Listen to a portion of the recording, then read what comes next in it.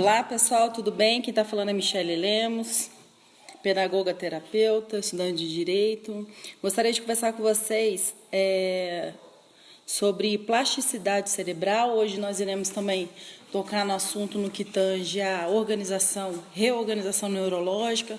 Vamos tocar também no assunto AVC, rapidamente.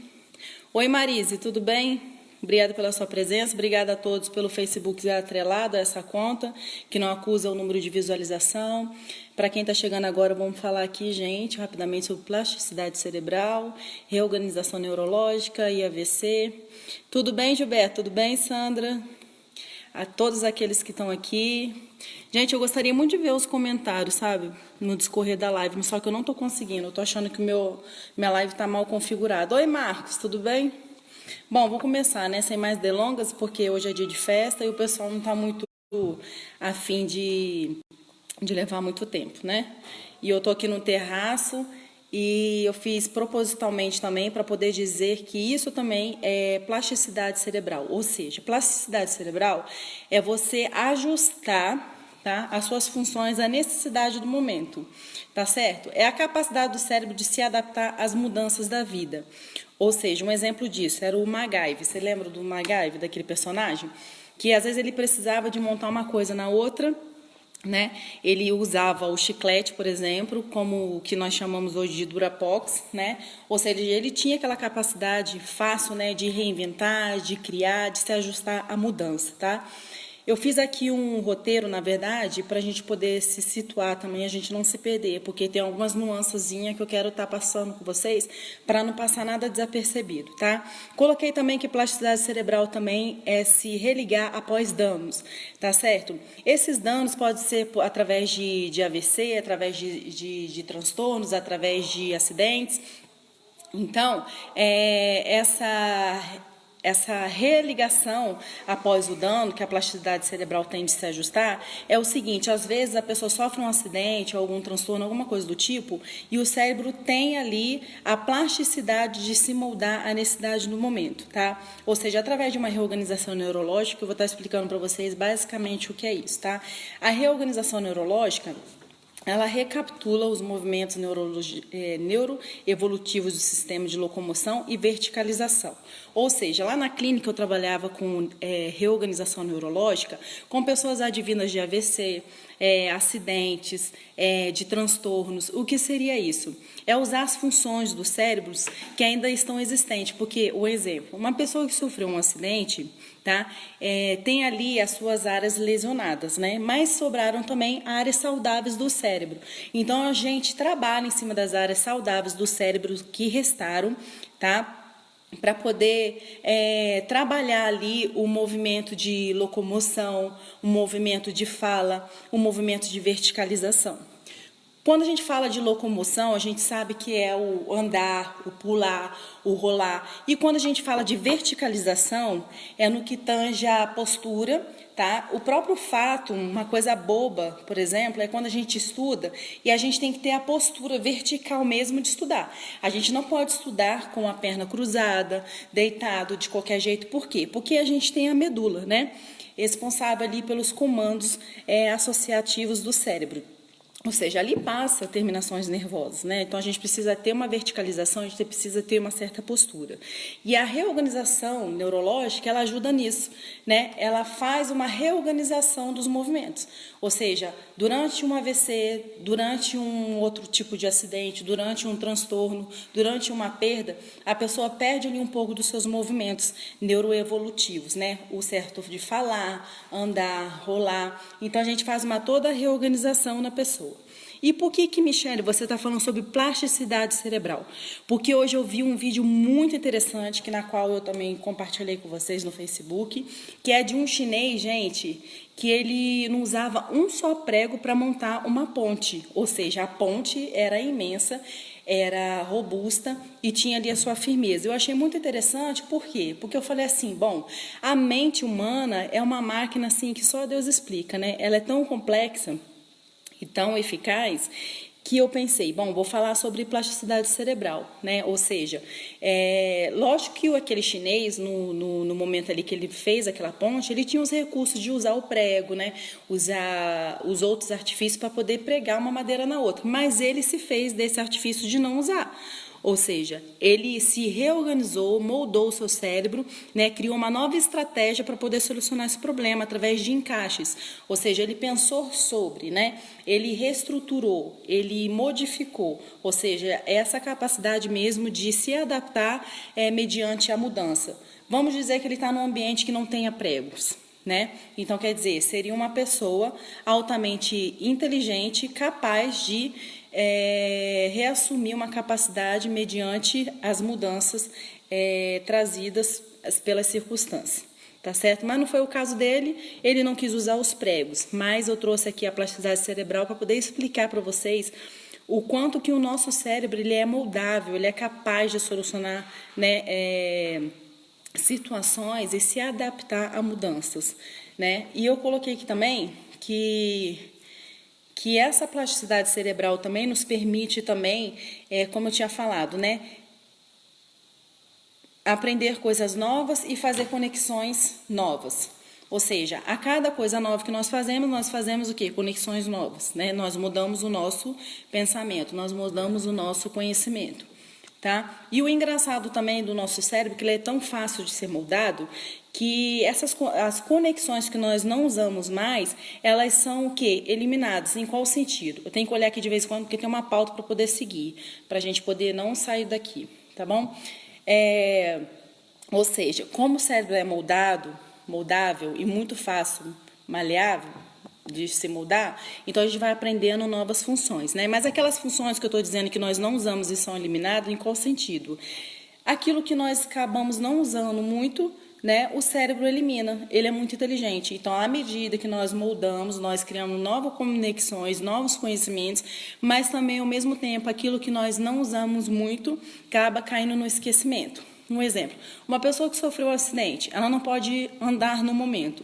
Se ela não executar no momento uma reorganização neurológica, se ela não ficar ali forçando a psicomotricidade, né, que é o movimento associado à psique, o que acontece? Aquele movimento fica esquecido. Então, o cérebro tende ao quê? Tende a eliminar, né, aquelas conexões que nós não usamos mais no momento, não são necessárias. Tá? Eu coloquei aqui também que quando somos mais jovens é fácil de moldar o cérebro, né? Ou seja, Michele, tem a ver com velhice ou juventude? Não. É porque a gente, enquanto a gente é novo, a gente está aprendendo, né, coisas novas. Aqueles que estão um pouco mais velhos não estão muito abertos à mudança, não estão muito abertos a coisas novas, né? Mas se é um adulto ou um idoso aberto para novas mudanças, novos conhecimentos, o que acontece? É moldado da mesma forma, tá? Só que no adulto, como se diz, é em certo grau, né? Ou seja, não é na mesma frequência, mas também é fácil de ser moldado, tá bom? Coloquei aqui também no caso de danos cerebrais, tá?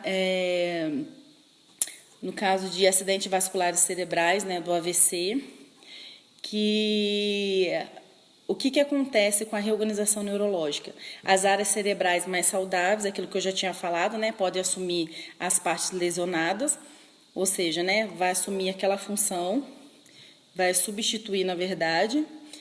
E eu coloquei aqui também para vocês que a perda de neurônio ela acontece só quando há um processo patológico ou degenerativo. Em qual sentido? Sentido de Alzheimer, também corte ou secção dos tecidos nervosos, acidentes vasculares cerebrais. E lembrando que o AVC acontece de duas formas, ou hemorrágico ou da forma isquêmico. O hemorrágico é no rompimento do vaso, o isquêmico é no caso do entupimento do vaso no cérebro, tá? Mas o que acontece? No hemorrágico, as pessoas que se acometem a ele, somente 10% sobrevivem ao hemorrágico, de tão sério que é, tá? Porque se o cérebro sofrer aquele contato excessivo com o sangue, aí danou-se, tá, gente? Por isso. O que eu ia colocar aqui também, para ver o que é relevante. Tá, mas o que eu posso falar aqui com vocês? Que segundo os dados da Organização Mundial de Saúde, o AVC, gente, mata demais no mundo, tá? Ele é o segundo maior motivo do mundo de morte, o AVC, tá? E o AVC, por que é o segundo maior do mundo? Segundo motivo de morte no mundo? Porque ele é proveniente ele pode desencadear através dos gatilhos de estresse, abuso de drogas, obesidade, diabetes. Então, se a gente tem aqui uma era da informação, o pessoal está preocupado com a era da informação. À medida que a informação chega, as pessoas acham que resolve seus problemas como uma corrida de 100 metros, como se fosse, né, uma coisa rápida, mas a gente tem que depositar ali tempo, credibilidade, força, né, deslocamento de atitude, de tudo, e encarar que a vida não é uma corrida de 100 metros, como na mesma velocidade das informações. Então, isso desencadeia o quê? Estresse. E logo o estresse faz o quê? Aciona outros tipos de gatilhos, né? Que é ali o abuso como de drogas também que desencadeia o AVC, a obesidade também na ansiedade de comer. Então, assim, o AVC ele é o segundo maior motivo de doença no mundo por conta disso, né? Pela era da informação que nós estamos vivendo. Então, ou seja, toda a ansiedade gerada por decorrência disso desencadeia todos esses tipos de gatilhos, tá? Então, meio que é uma avalanche, uma coisa sobressai a outra, tá? Estão interligadas.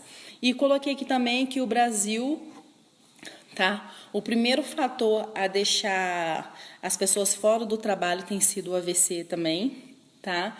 E mulheres são muito atingidas pelo problema de AVC, por quê? Porque elas são mais emotivas, né? Então, elas se estressam mais. E como um dos fatores associados que desencadeia o AVC também é a obesidade, então ela vai comer mais por ter mais ansiedade, por ser mais emotiva do que um homem. Então, ela vai acionar mais vezes o gatilho associado ao AVC do que um homem, tá? E coloquei também que a cada 6 pessoas, um teve AVC ou ainda vai ter o AVC.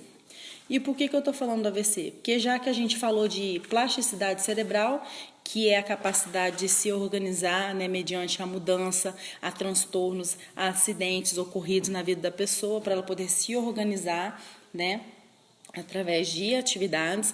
Então, o AVC está dentro daquelas relações associadas àquelas doenças tratadas na reorganização neurológica, que é uma das soluções para trabalhar a plasticidade cerebral, tá certo? Um exemplo, eu recebi uma menina que ela sofreu um acidente de moto, então ela estava meio que acamada, tá? E deixou esquecida as suas pernas. Ou seja, aí a gente vai acionando o gatilho ali, né, de estar estimulando essa pessoa, fazendo os movimentos certos, dando os estímulos certos. Então, o cérebro dela associa o quê? Que aquelas áreas cerebrais saudáveis que ainda restaram, elas entram em movimento e, como se diz, elas assumem as áreas cerebrais lesionadas. Então, a gente faz uma reorganização neurológica, tá certo? E logo ali renasce uma plasticidade cerebral, ou seja, é uma neuroplasticidade, ou seja, vai estar trabalhando dentro dessas mudanças a capacidade de regenerar essas áreas cerebrais lesionadas, tá certo? Que na verdade, às vezes, não, na maioria das vezes, não tem, como se diz, como resgatar. Mas a parte cerebral, a área cerebral que ficou saudável, a gente consegue acionar ela para que ela possa trabalhar de forma positiva, a modo que ela possa contribuir para aquele tipo de transtorno, em cima daquele tipo de transtorno, daquele acidente, daquele dano que ficou, tá certo? Como que se dá basicamente a organização de um neurônio? Um neurônio está associado aos outros neurônios, né? Que consequentemente está associada a reações químicas e por meio deles tem as ligações que nós chamamos, né? Tem um meio de ligações e os impulsos nervosos que chamamos de sinapses.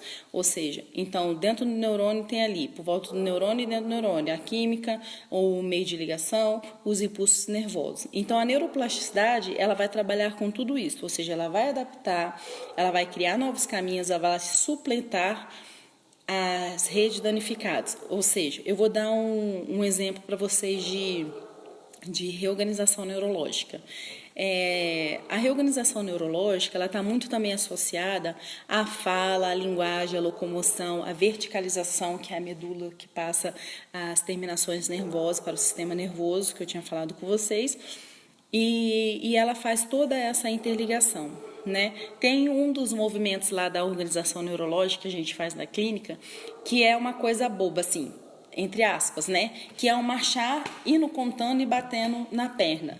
O pai, a mãe ou quem está acompanhando aquele paciente ao ver, acha que aquilo é uma bobagem, só que não é. Porque a reorganização neurológica está associada sempre à fala e ao movimento. Ou seja, ela trabalha também de forma ordenada ali com a psicomotricidade associada ao pensamento e os movimentos. Pensamento, movimento. Ou seja, eu estou pensando sobre aquele movimento que eu estou realizando. Tá? E a neuroplasticidade também, ela repreende capacidades e reaprende capacidade que tinha esquecido. É aquilo que eu já tinha falado, né? Para não ser redundante. As áreas lesionadas são assumidas pelas áreas cerebrais saudáveis que ainda restaram. Então, a reorganização neurológica vai assumir tudo isso. Tá? Vamos ver mais o que eu posso falar aqui. Que a reorganização neurológica, ou seja, ela pode também ser chamada de neurofuncional, né? Aquela que recapitula aquilo que eu tinha falado, os movimentos neuroevolutivos, ou seja, aquilo que estava esquecido, o falar, o andar, o rolar, o pular, né? O sistema de locomoção, de verticalização do ser humano, ela vai reativar.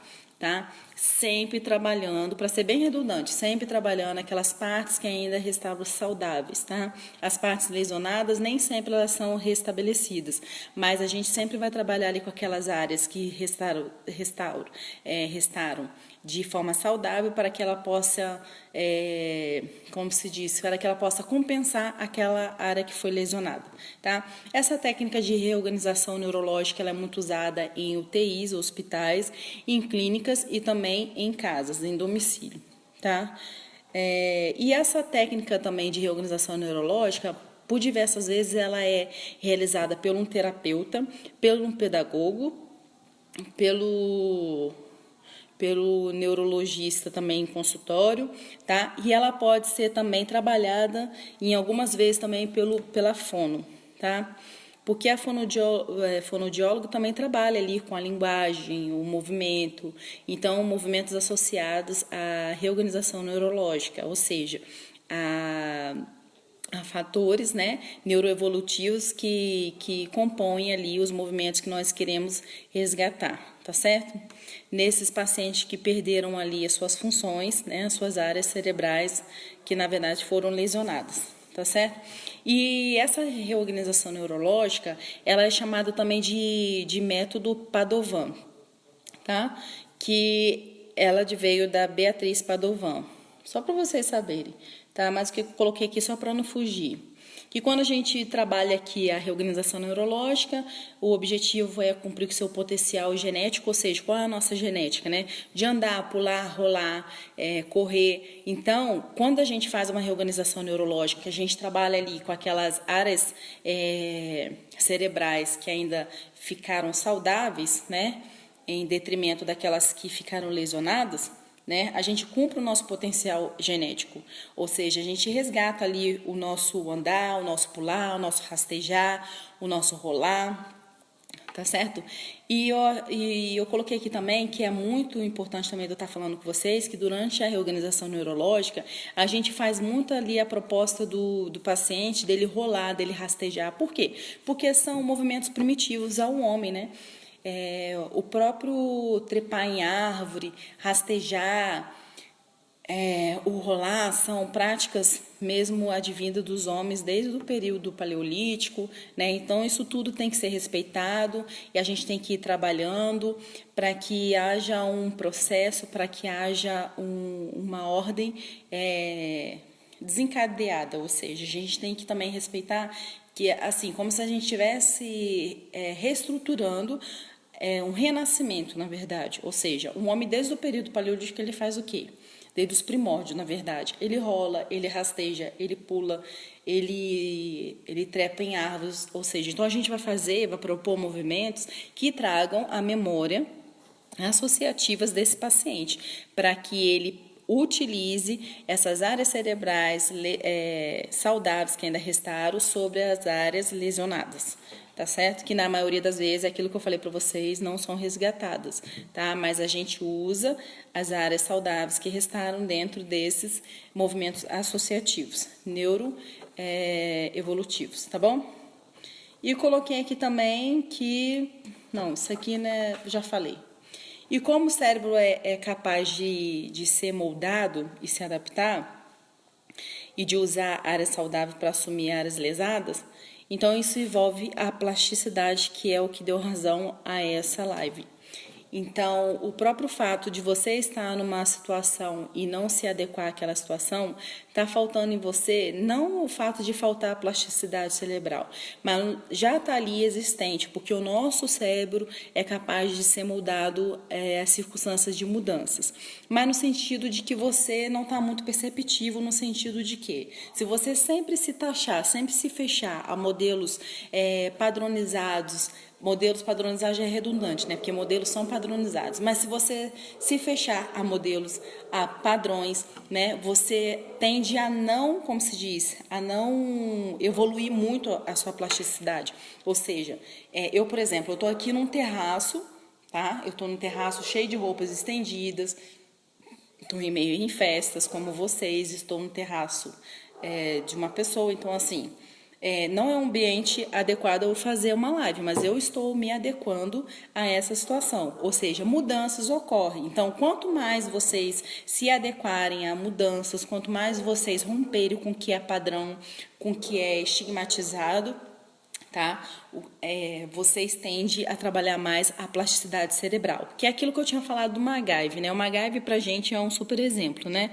Que é aquilo que eu tinha falado, o que é pra gente um Durapox que gruda uma coisa na outra, ele usava o chiclete, né? Então, assim, o cara era o top dos exemplos de plasticidade cerebral para a gente poder estar fazendo essa associação, para a gente poder compreender. Então, aquilo que faltava para ele de recurso, ele usava aquilo que ele tinha, né, para se adequar às mudanças, para se adequar às necessidades. Então, isso é plasticidade cerebral. É você usar as partes do seu cérebro a seu favor, em situações de mudança, em situações de estresse. Por isso que nós falamos aqui de AVC, de estresse, é porque o que acontece? Você tem que ter uma certa inteligência emocional para você poder saber gerenciar as suas emoções, porque logo isso você impede de desencadear um AVC, que nós vimos aqui que ele tem duas modalidades, ou isquêmico ou hemorrágico. O hemorrágico é quando rompe o vaso, né, na cabeça. O isquêmico quando é um entupimento do vaso no cérebro. Então, assim, a gente tem que ter... a gente tem que gerenciar as nossas emoções, tem que ter inteligência emocional. Então, quanto mais nós temos inteligência emocional, nós temos plasticidade cerebral. Ou seja, a plasticidade cerebral ela já existe, que é o nosso próprio cérebro, ele é moldável a qualquer momento. Então, a gente tem que trabalhar isso. Então, quanto mais nós nos adequamos às mudanças, às situações difíceis, né, procuramos soluções, né, mediante as situações, problemas, que é aquilo que nós chamamos, mais a gente trabalha a plasticidade cerebral, mais a gente tende a romper, quanto mais a gente tende a desenvolver nossa plasticidade cerebral, tá? Fiz uma live rapidinha, espero que vocês tenham entendido. Olá, Marcos. Olá, Vânia. Ih, Vânia, você acabou chegando no finalzinho, né? Falei de plasticidade cerebral, falei de reorganização neurológica, tá bom? Falei do AVC, tá certo? Que é um dos fatores, né, associados, né, ao desencadeamento do estresse por conta de falta de inteligência emocional. A inteligência emocional também está atrelada à plasticidade cerebral, é se adequar às circunstâncias, às situações, problemas, tá certo? Então, quanto mais plasticidade cerebral você tem, mais você tem também inteligência emocional. Então, uma coisa está atrelada à outra, tá certo? Ou seja, não se estressar, mas já que veio a mudança, já que veio uma proposta diferente, é você se adequar àquilo, às suas necessidades, usar os meios necessários que você tem à sua disposição e saber ajustar, saber adequar. E isso logo é também inteligência emocional, tá bom? Espero que vocês tenham entendido. Muito obrigada a todos pela presença. A Sandra, muito obrigada, Sandra. Muito obrigada, Vânia, Marcos, Gilberto, Marise, a todos que estão associados aos 2 Facebooks, que não aparece o número de visualização, tá bom? Espero que vocês estejam curtindo o Natal, boas festas, tá? Um beijo, tchau.